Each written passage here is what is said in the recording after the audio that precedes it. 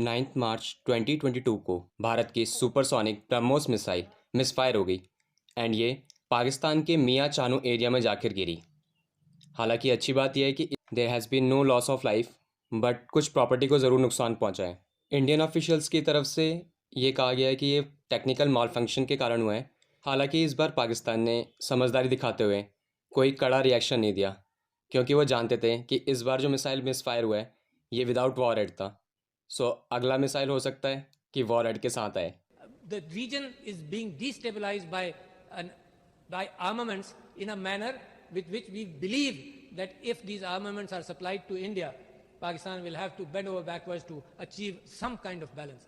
Let me mention to you, Marshal Saab, BrahMos 2, the possibility of hypersonic missiles which are going to at 8.5 Mach or 8 times or 8.5 times the speed of sound, within minutes it will be inside Pakistan.